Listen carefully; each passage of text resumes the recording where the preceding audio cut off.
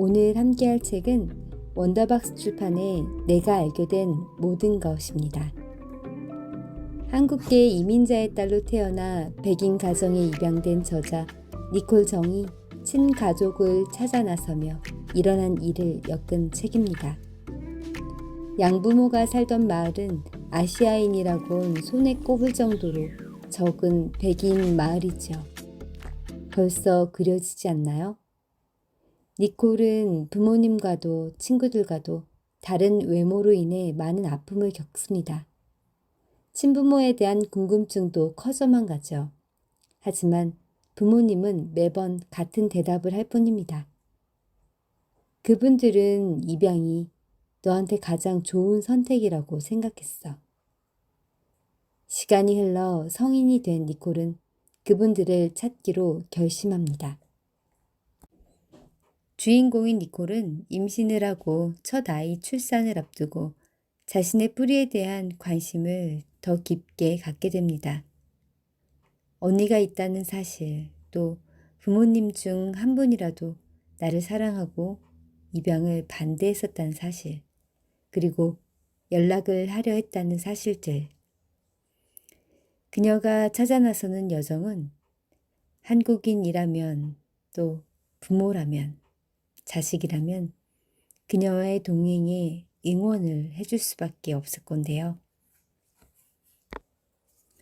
아이의 엄마로서 또 양부모님의 오해와 이해, 그리고 또 다른 사랑을 알아가는 과정을 그린 책입니다. 그 가족을 찾아 나선 에세이집, 그 속으로 들어가 볼까 합니다. 2003년 어느 여름 오후, 양지 바른 아파트에서 이제 막 인사를 나눈 두 사람이 내 앞에 앉아 자기들이 입양을 하는 것에 대해 어떻게 생각하는지 물었다. 수년간의 노력에도 아이를 가질 수 없었던 그들은 다른 나라에서 아이를 입양하고 싶어 했다. 관심 두고 있는 몇몇 프로그램 이름도 들먹였는데 그중 어느 프로그램에도 백인 아이는 없었다. 그들은 혹시 내 양부모가 나의 진짜 부모가 아니라고 느낀 적이 있느냐고 물었다. 아니요, 단 한 번도 그런 적 없어요. 나는 단호하게 대답했다. 내가 친가족과 연락하는지도 물었다. 아니요, 한 번도 연락해 본 적 없어요. 역시 고개를 저었다. 그들은 내가 자라면서 뭐든 문제가 있었던 적이 있느냐고 물었다. 나는 거의 공황 상태가 되었다. 갑자기 뭔가를 들킨 것 같은 수치심이 밀려왔다. 아마 그들이 내 얼굴에서 읽은 건 혼란이 전부였을 것이다. 그들 중 한 사람이 질문을 더 명확히 고쳐 던진 걸로 봐선 말이다. 그는 내가 부모님과 달리 백인이 아니라는 사실이 불편했냐고 물었다. 나는 대답하고 싶었다. 이 커플이 마음에 들었고 그들을 안심시키고 그들이 받아 마땅한 격려를 해주는 일이 내 임무란 걸 잘 아는 터였다. 백인이 아니라는 사실이 불편했냐고? 그건 결국 내가 한국인이어서 불편했느냐고 묻는 것이었고 내 대답은 그렇다와 아니다. 둘 다였다. 나는 불편하기도 했고 그렇지 않기도 했지만 두 대답 모두 내가 느낀 감정에 비하면 너무 부족했다. 진실은 내가 한국인 입양인이란 사실을 사랑할 만큼 미워도 했다는 것이다. 어렸을 때 나는 친구와 가족, 대부분이 아는 유일한 한국인이었고 나 역시 다른 한국인은 본 적이 없었다. 때로는 입양되었다는 사실에 아주 어렸을 땐 버림받았다고 생각할 수밖에 없었기에 때론 내가 다르다는 사실에 더 화가 났다. 하지만 대부분은 인종과 입양 두 요소 모두에 화가 났다. 이 두 가지는 서로 연결되어 있었으며 나를 주변의 다른 사람들과 분리시키는 내 정체성의 일부였다. 나는 이런 사실을 바꿀 수도 부정할 수도 없었기에 스스로 그것을 받아들이려는 노력했다. 번번이 불가능하다는 걸 알게 되면서도 이 분노 혹은 혼란을 꾹꾹 누르고 또 눌렀다. 사람들은 저마다 자기 이외에 다른 가족 구성원을 정의하는 방식이 있고 부모는 아이들이 전혀 믿지 않는 사실에 대해 마치 확실한 사실인 양 말하곤 한다. 그래서 우리는 가족을 진정으로 서로 사랑함에도 불구하고 그토록 많은 사람이 문득문득 외롭고 마치 투명 인간이 된 것처럼 느끼는 것이다. 어린 시절 나는 내가 누구여야 하는지 종잡을 수가 없었다. 하지만 친척들의 모순적인 두 해석, 너는 우리의 아시아 공주야. 혹은 물론 우린 널 아시안인으로 생각하지 않아. 에는 모두 반발심이 들었다. 양부모 가족들은 대체로 내가 지구 반대편에서 온 정체불명의 외국인이었던 사람들이 낳은 아이였단 사실을 무시하고 싶어 했다. 부모님 두 분에게 나는 절대 이민자의 딸이 아니었다.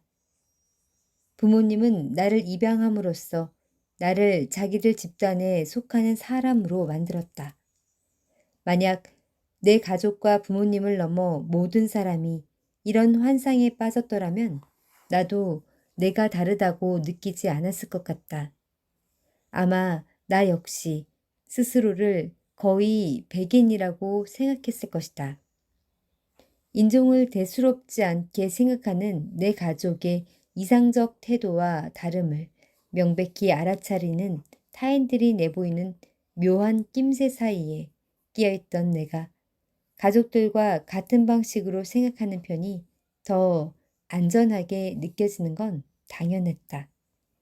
나는 그렇게 생각하기로 했고 그걸 내 정체성으로 삼으려 노력했다. 그러다 집을 떠난 뒤 언젠가부터 내 혈통이 이상하게 자랑스럽게 느껴지기 시작했다.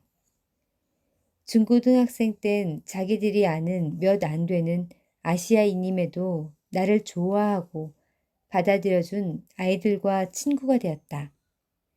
그런데 대학에 갔더니 나와 같은 아시아인이 수두룩한 것이었다. 곧 평생 살아온 고향 마을보다 캠퍼스가 더 집처럼 느껴졌다. 그곳에서 나는 마침내 한 공간에 당당히 존재하는 기분을, 교실에 걸어 들어가도 빤히 쳐다보는 사람이 한 명도 없는 게 어떤 기분인지를 알게 되었다. 내가 수천 명의 아시아인들 중 하나일 뿐이라는 사실이 너무 좋았다. 더는 나를 어떻게 여겨야 할지 모르는 백인들 사이에 둘러싸여 지내지 않아도 되는 삶을 찾은 것에 나는 날마다 안도했다. 그럼에도 여전히 나는 자기 문화에서 완전히 떨어져 나간 한국인이라는 게 뭘 의미하는지, 내가 스스로를 한국인이라 부를 수 있는지 알지 못했다. 기숙사의 한국계 미국인 룸메이트가 나를 바나나라고 부를 때 분명 그것이 좋은 의도를 담지 않았다는 것을 알았지만 제대로 방어조차 하지 못했다. 내게 한국은 먼 나라 중 한 곳일 뿐이었고 현실이라기보단 환상에 가까웠으며 내 한국인 가족은 내가 상상조차 하기 힘든 다른 타임라인에 존재했다. 아직 나는 입양의 자리를 내 인생에 어디에 두어야 할지 두고 고심 중이었다.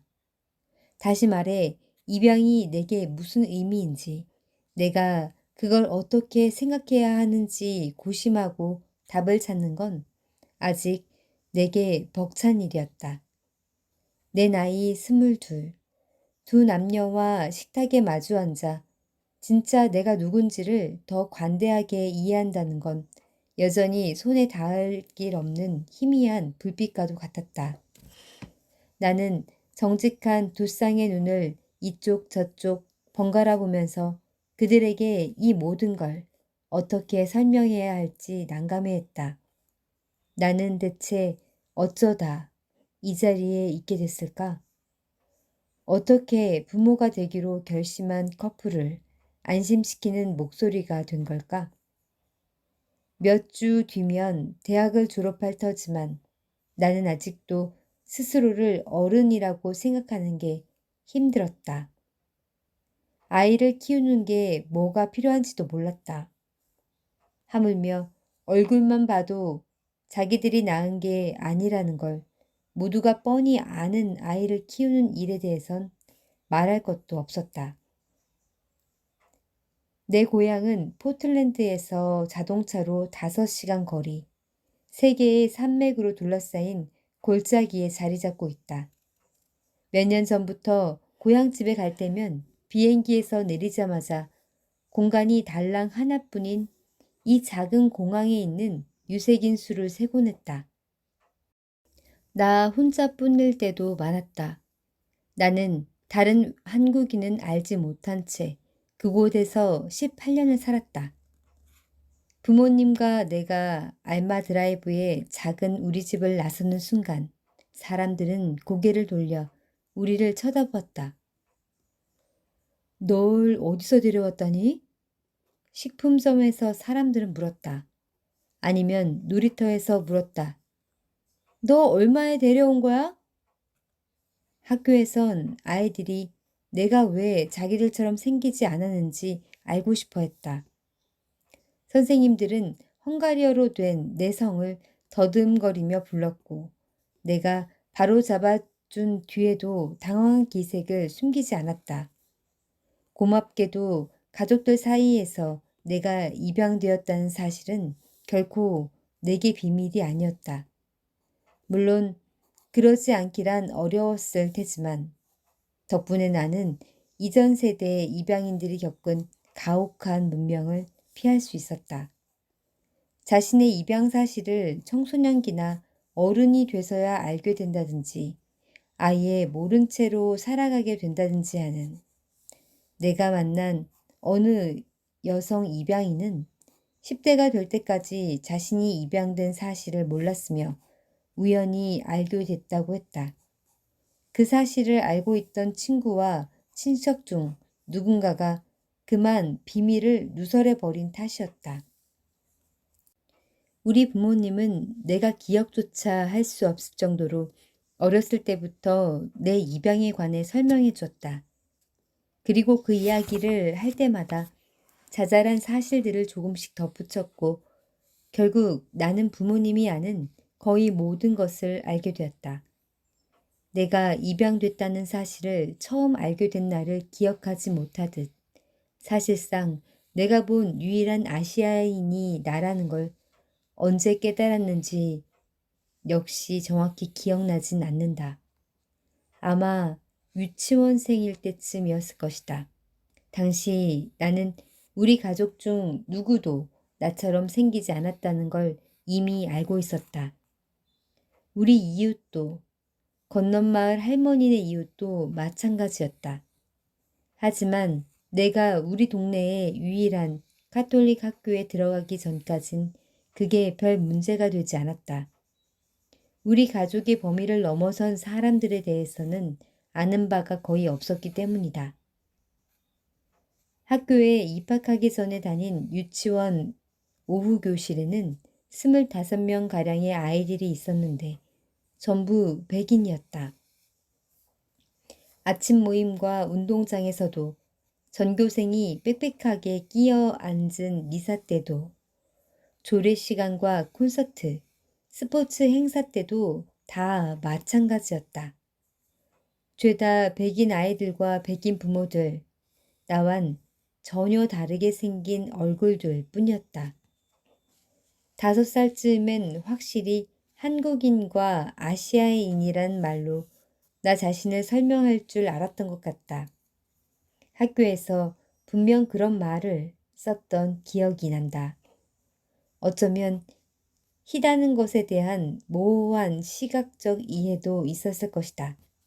하지만 이전에 누구와도 인종에 관해 이야기해 본 적이 없었기에 그 단어들로 내가 보는 것 또는 못 보는 것을 설명할 수 없었다. 왜 그게 갑자기 중요해졌는지도. 처음엔 우리 반에서 유일하게 아시아계 아이인 사실, 그렇게까지 힘든 일이 아니었다. 한 번은 유독 순진에 빠진 반 아이 하나가 내게 물었다. 너 흑인이니? 그에 대한 대답은 아주 쉬웠다. 크리스마스 가장 행렬을 하던 땐 금발의 여자아이들 중 하나가 말했다. 마리아는 검은 머리가 아니었어. 나는 상관없다고 생각했다. 천사들한텐 날개가 있고 노래도 더 잘하니까. 나는 내가 다른 아이들과 다르다는 건 알았지만 유치원 시절엔 그걸 내게 별 고통을 주지 않는 그저 하나의 사실로 받아들였다. 조금 더 자라 초등학교 1학년 때 일이다. 차례가 돌아와 매우 특별한 사람으로 선정됐을 때 나는 다른 아이들처럼 흰 포스터 보드에 가족 사진을 붙여 가져갔다. 카펫 위에 반원 모양으로 둘러앉은 반 친구들은 자연스레 왜 사진 속 내 옆에 붉은 머리털에 주근깨가 있는 백인 엄마와 머리가 희끗희끗한 백인 아빠가 있는지 알고 싶어 했다. 하지만 아이들은 그렇게 묻는 대신 저분들이 내 부모님이시니? 왜 너만 다르게 생긴 거야? 라고 물었다. 나는 그 연유를 설명하느라 내 발표 시간 대부분을 썼지만 그리 신경 쓰지 않았다. 어떤 면에선 그렇게나 많은 반 친구들의 관심을 사로잡는 것에 신이 나기도 했다. 그런데 야릇한 기분이 들었다.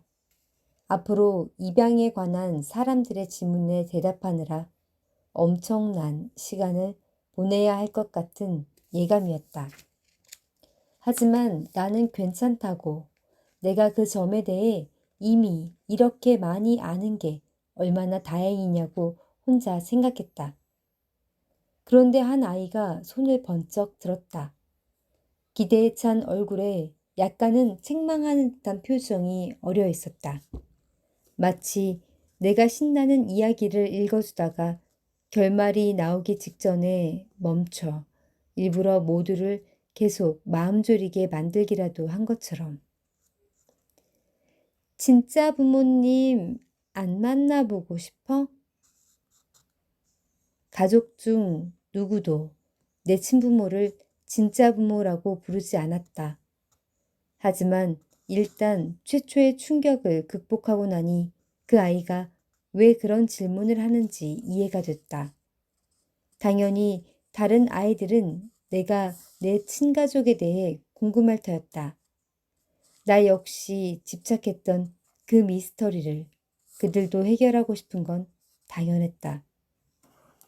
그 뒤로 쭉 변형된 형태의 같은 질문을 듣고 또 들었고 더는 그 질문에 놀라지 않게 되었다. 그저 뭐라고 대답해야 할지 몰랐을 뿐. 그때 내가 뭘 원했는지가 뭐가 중요했겠는가. 어쨌든 내가 그분들을 만날 일은 없을 텐데. 포스터를 챙겨 자리로 돌아올 시간이 됐을 때 나는 내 이야기를 할 기회를 가질 수 있어서 기뻤다. 여전히 내 역사에 모르는 부분 또는 혼란스러운 부분은 별로 중요치 않다고 되뇌일 수 있었다. 반 친구 누구도 내가 한국인이라는 점이나 내 가족들이 자기들 가족과 다르다는 점을 별로 신경 쓰지 않는다고 생각할 수 있었다. 그때가 그렇게 생각할 수 있는 마지막 해였다. 희망에 찬 커플을 마주하고 앉은 나는 무슨 말이든 해야 한다는 걸 알았다. 우리는 서로의 친구들 소개로 만나게 됐는데 내가 입양 가정에서 자라는 일이 얼마나 좋은지 이 커플에게 이야기해 줄 수 있겠다는 이유에서였다. 자리를 주선한 친구는 이렇게 말했다. 그 사람들이 너랑 이야기를 좀 해보는 건 좋은 것 같아서. 그러니까 나는 나를 사랑하는 백인 부모 손에서 크는 일에 대해 확신의 말을 해주러 그 자리에 간 거였다. 내가 동의했다. 나는 도움이 되고 싶었다. 그런데 왜 망설였을까? 10년 전, 아니 5년 전까지만 해도 그건 그리 어려운 일이 아니었다. 나는 내가 듣고 자란 이야기를 결코 꺼린 적 없었다. 중학교 때 한 친구가 내게 입양인으로 자라는 건 어떤 느낌이냐고 물었을 때 씩 웃으면서 냅다 이렇게 말해 버리기도 했다. 보통은 자기가 낳은 아이를 그냥 키우지. 근데 우리 부모님은 나를 선택했어. 하지만 재학생 4분의 1, 아시아인인 대학교에서 4년을 보내고 나니 대처에 영 서툴러져 있었다. 내가 부모님과 함께 있는 모습을 본 적이 없는 친구, 하고 교수들은 내가 입양됐냐고 물을 이유가 없었다. 내가 그 이야기를 하면 룸메이트든 상담 교수든 심지어 내 남자친구, 댄 같은 사람조차 그 사실을 그냥 부차적인 개인사의 한 부분으로 여겼다. 사람들은 보통 고개를 한번 끄덕이고는 기억 저편으로 보내버렸다. 간혹 눈에 호기심의 불꽃이 반짝 솟아오르는 사람도 있었지만 나의 두 세계는 서로 8,000km나 떨어져 있었고 완전히 다른 경험의 세계였다. 두 세계가 부딪힐 일은 드물었다. 대학 3학년이 되던 해 10월, 댄이 우리 부모님을 만나러 왔을 때 나는 너무 긴장되어 안절부절 못했다. 그때 댄이 너그럽고 친절한 우리 부모님을 이해하지 못하거나 부모님과 자신 사이에 공통 요소를 찾지 못할 거라는 비합리적인 확신을 한 기억이 난다. 댄이 그 이유를 물었을 때 나는 한 가지 대답밖에 떠오르지 않았다. 그냥 우린 너무 달라. 그 캐캐묵은 자의식, 세상, 모든 10대에게 익숙한 청소년기에 과장된 수치심 때문에 10대 때보다 덜해도 여전히 우리 부모와 내가 모든 면에서 정반대라고 확신하는 마음에 온몸이 오그라들었다. 두 분은 내 부모라기보다 또래 친구처럼 행동하는 경향이 있었다. 두 분은 늘 내게 너는 공부도 생각도 조심도 너무 많이 한다고 했다. 언젠가 어머니는 이렇게 말했다. 우린 사실 너 같은 아이를 키울 준비가 제대로 안 돼 있었어. 만일 자기 말을 곱씹는 습관이 있었다면 후회했을지도 모르는 말이었다. 어머니가 그렇게 말하지 않았어도 나는 알았을 것이다. 가족에게 충분히 사랑받았지만 그럼에도 그 안에서 명백히 이질적 존재로 느껴온 터였으니 나는 우리가 의뢰 다른 사람들에게 쉬 이해되는 존재가 아니라는 걸 알았다. 물론 나의 입양 사실이 그 명백한 설명이 뻔히 존재했지만 나는 그걸 먼저 나서서 언급하지 못했다. 댄에게조차도 가족에 대해 이야기를 할 때 그런 말부터 하는 건 옹졸하고 잘못된 일로 느껴졌다. 마치 내가 감사해야 하는 무언가를 탓하는 것만 같았다. 나는 우리 가족이 평범한 가족으로 여겨지기를 바랐다. 그게 무슨 뜻이건 상관없었다. 우리의 차이가 그리고 내가 우리 부모님 품에 안기게 된 사연이 우리가 만나는 사람들에게든 나에게든 문제만 되지 않는다면 이제 어쩐지 정이 가는 사람들, 꼭 나의 부모 같은 부모가 되고 싶어하는 이 두 사람에게 그 사실이 불편했나요? 라는 질문을 받았을 때 나는 이들이 키울 미래의 아이는 생각하지 않았다. 그저 당장 이 사람들을 안심시켜주고 싶었다. 그들의 눈에 연민과 조용한 격려, 우정의 약속, 그리고 완전히 숨기지 못한 걱정의 물결이 어려 있었다. 물론 이들은 내 부모가 아니었다. 하지만 그들은 부모가 되려는 사람들이었고 보나마나 그런 사람은 누구든 선의로 똘똘 뭉쳐 있을 터였다. 그들은 잘 알지도 못하는 사람에게 마음의 문을 열고 자신들의 취약함과 두려움을 드러낼 정도로 간절히 아이를 원했다. 사랑할 아이에 대한 갈망, 일이 뜻대로 흘러가길 바라는 그들의 갈망에 나는 감동하지 않을 수 없었다. 두 사람의 질문에 대해 너무 골똘히 생각하느라 공연한 지연 작전이라도 쓰는 기분이었지만 아마 그 시간은 고작 몇 차례 호흡하는 정도였을 것이다. 비록 방금 만난 사이이긴 해도 나는 내가 두 사람에게 느끼는 온기를 똑같이 돌려주려 애썼다. 그리고 의자에 걸터 앉은 채로 몸을 약간 앞으로 빼곤 아니라고 큰 문제 같은 건 없었다고 말했다. 나는 사랑받았고 별탈 없이 자랐다고. 아마 두 사람 아이도 그럴 거라고.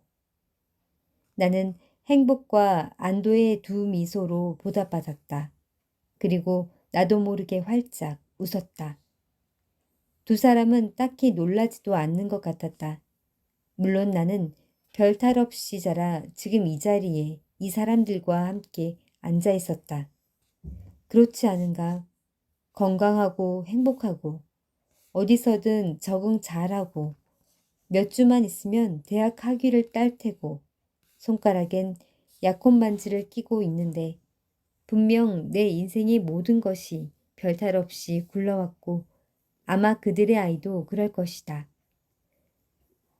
그게 바로 그들이 내게 듣고 싶어 했던, 듣기를 기대해 온 말이었다.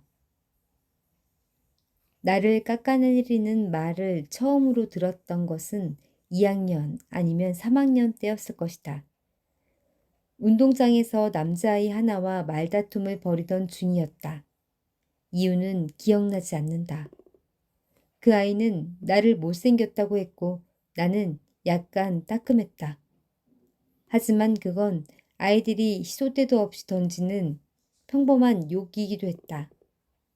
녀석이 거기서 멈췄더라면 나중에 떠올리며 그냥 웃을 수 있는 수십, 수백 가지 다른 비슷한 순간들과 함께 유년기에 티격태격하던 기억 속에 파묻혔을지도 모른다. 하지만 그 아이는 자기 두 눈을 양옆으로 쭉 잡아당기더니 비아냥거리며 외쳤다. 넌 너무 못생겼어. 그러니까 내 부모님도 널 버렸지. 내 입양 사실을 욕으로 쓴 사람은 그 아이가 생전 처음이었다. 눈을 잡아당기지 않았어도 엉터리 가락에 맞춰 놀려대지 않았어도 아마 그것만으로 충분히 충격적이고 고통스러웠을 것이다. 그 아이는 오만상을 지으며 자기 눈을 가늘게 뜨곤 뭐가 보이기는 하냐고 물었다. 나 중국 사람, 나 안 보여. 중국 사람은 무슨 별명 같은 건가? 나는 그 뜻을 알지 못했다. 하지만 내가 가진 무엇이나 내가 한 행동을 놀리는 게 아니란 걸 본능적으로 알았다. 그 아이는 내가 다른 애칭 같은 걸로 대체할 수 있는 이름이나 부모님이 바꿔 입힐 수 있는 옷, 쉬는 시간에 벗을 수 있는 안경 따위를 놀리는 게 아니었다. 그 아이의 표적은 나란 사람이었다. 자기가 볼 때 내가 속할 곳이 아닌 게 확실한 이곳에 내가 오게 된 연유를 공격하는 거였다. 나는 목소리가 나올 때까지, 내 날카로운 혀가 반격을 가할 때까지 애타게 기다렸다. 하지만 어떤 안가품의 욕설도 목구멍에 턱 걸려 저 혼자 사그라지고 말았다. 나는 투명 인간이라도 된 것처럼 무력해졌다. 마치 저 아스팔트 위를 떠다니는 유령이 되어 다른 아이들이 나의 수치와 침묵에 웃고 놀리는 걸 우연히 지나가던 행인이나 목격자처럼 지켜보는 기분이었다. 그 애는 더 이상한 표정을 이리저리 지어 보였다. 그 와중에도 눈을 힘껏 양옆으로 잡아당긴 손은 내려놓지 않고 있었다. 오히려 내가 그 아이가 앞이 보이는지 궁금했다. 그 모습을 지켜보던 아이들에겐 아마 내가 평소처럼 으스스할 정도로 차분해 보였을 것이다. 그 애는 나와 카풀하는 사이였고 우리 이웃에 살았다. 그 일이 있기 전까지 나는 그 아이를 친구라 생각했다. 그날 오후 그의 엄마의 파란 세단 뒷자리에 나란히 앉아 같이 집으로 돌아오면서 나는 아무 말도 하지 않았고 그 애도 마찬가지였다. 마치 그날 우리 사이에 아무 일도 일어나지 않았던 것처럼. 하지만 내 안에선 고요하고 깊은 곳에 무언가가, 소중한 무언가가 부서져 있었다. 그날 이후로 그 애와 다른 반 아이들에게 그런 말을 다시 들을 때면, 그리고 내가 만난 어른들이 내 발음에 외국 악센트가 없는 이유 혹은 국적을 묻거나 자기들이 믿는 아시아인의 전형과 비교해 볼 때 나를 평가할 때면 이제 어느 정도 예상한 일로 받아들이게 됐다. 끝없는 설명을 요하는 것 같은 내 정체성을 방어적으로 규정하게 될 때마다 어떤 모욕에 대해 알게 된 그 명칭은 아직 몰라도 의미는 알게 된 그날의 쉬는 시간이 어김없이 떠올랐다. 버럭 화를 냈어야 했는지도 모른다. 내가 아닌 다른 사람들의 문제라는 걸 깨달아야 했는지도.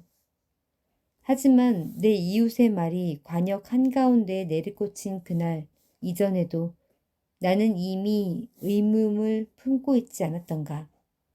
어쩌면 아무 권리도 없이 공간을 차지하고 있는 내가 잘못인지도 모른다고 이미 생각하지 않았던가. 그 작은 백인 학교를 다니기 시작하면서부터 느꼈지만 갈 길을 몰랐던 자의식은 갑작스럽고 고통스러운 인식으로 피어났다. 오랫동안 알고 지내온, 서로 사는 곳도 알고 서로의 엄마들끼리도 알고 지내는 사이라며 안전하지 않다면 이제 아무도 믿을 수 없다니. 내게 벌어진 일을 부모님께 전부 말하지는 못했던 것 같다. 그냥 누가 내가 입양인이라고 놀렸다고만 했지 그 아이가 한 다른 말들은 언급하지 않았다.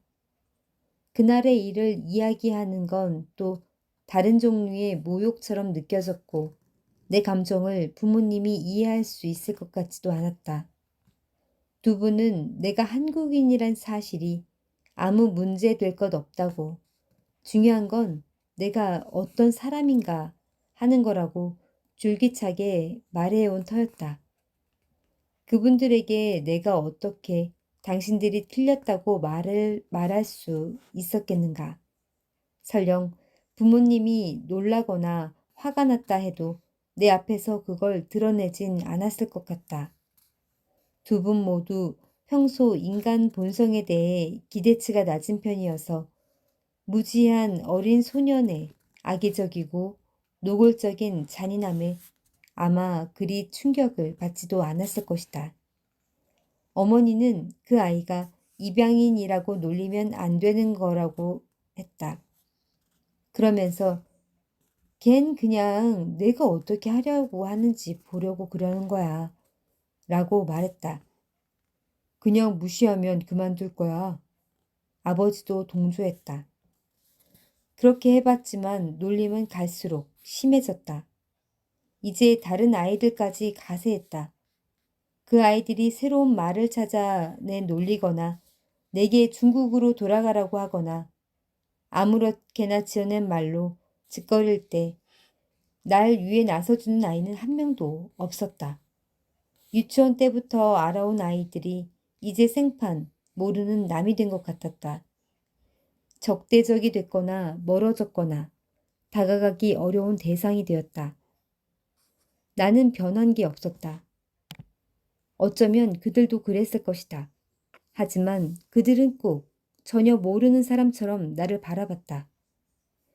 우리 학교는 학년이 올라가도 반이 바뀌지 않았다.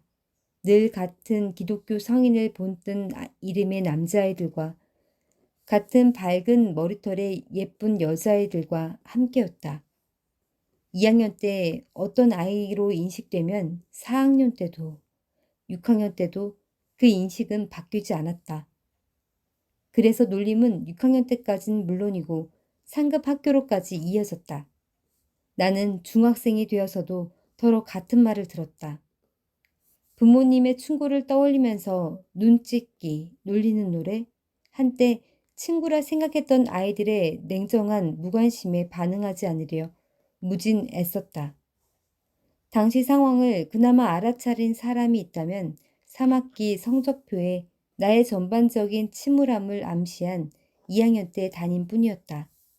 하지만 성적은 늘 좋았고 주위에 선생님들이 없을 때만 표적이 되었다. 학교에서 점점 더 나 자신을 고립시키며 가능한 한 자주 도서관으로 숨어들었고 모르는 사람이 보기에 나는 그저 늘 책을 좋아하는 아이였다. 당시엔 내게 벌어지는 일을 규정할 말을 몰랐다. 삶을 대놓고 망가뜨리거나 물리적 존재를 지우는 게 아닌 다른 종류의 인종차별에 대해선 들어본 적도 읽어본 적도 없는 터였다. 책이나 수업에서 언급되는 그런 직접적인 폭력조차 지난 과거의 일로 밀쳐졌다. 내가 초등학교 운동장과 중학교 통학버스에서 겪은 일들, 그리고 나머지 세월 동안 남부 오리건에서 사람들이 내가 어디서 왔는지, 왜 백인 가족이 있는지 대놓고 물어댄 일은 진짜 인종차별 근처에도 못 가는 사소하기 짝이 없는 일들처럼 보였다. 부모님과 나는 두 분이 내게 안전하다 믿는 우리 학교와 동네와 가족 안에서 내가 인종차별주의자를 만날 가능성에 대해 한 번도 이야기를 나눠본 적이 없었다. 이상한 건 속으로는 늘 내가 주변 사람들과 똑같다고 느낀다는 것이었다. 나는 너희들과 똑같아. 아이들이 내 눈을 놀린답시고 실눈으로 나를 볼 때마다 나는 생각했다. 왜 너희들은 그걸 모르니? 어렸을 땐 확실히 아시아인 여자아이보단 백인 여자아이처럼 느꼈고 눈결에 본 거울 속 내 얼굴에 흠칫 놀라며 맘에 안 드는 차이점 목록을 헤아리곤 했다. 날 괴롭히는 무리와 이전 친구였던 아이들을 보면서 그들이 보는 나와 내가 믿는 내가 너무도 다르다는 걸 알게 되는 일 역시 충격이었다. 나는 왜 이렇게 생겼을까? 왜 꼭 외국인처럼 만난 적도 없는 친부모처럼 생겼을까? 왜 입양이 됐는데도 나는 내가 느끼는 사람으로 바뀌지 않았을까? 나는 자주 생각했다. 만약 내가 동화 속 주인공이고 요정이 내게 소원을 들어주겠다고 한다면 복숭아빛 감도는 크림색 피부와 수영장 물처럼 짙은 푸른색 눈동자, 칠흑이 아닌 금실 같은 머리카락을 달라 할 거라고. 나는 이 모든 걸 가질 자격이 있었다. 그런 마법, 그런 아름다움만 가질 수 있다면 포기하지 못할 게 없었다. 예쁘기만 하다면, 평범하기만 하다면, 백인이기만 하다면 모두의 눈에 보이는 그 좋은 겉모습이 내 안에 실제하는 좋은 내면과 일치할 터였다. 아침에 눈을 떠보니 완전히 다른 사람, 어디에서든 사랑받고 환영받는 사람이 되어 있다면 얼마나 신날까? 거울을 보면서 내가 언제나 변함없이 여기에 속한 사람이라는 걸 안다면 얼마나 행복할까?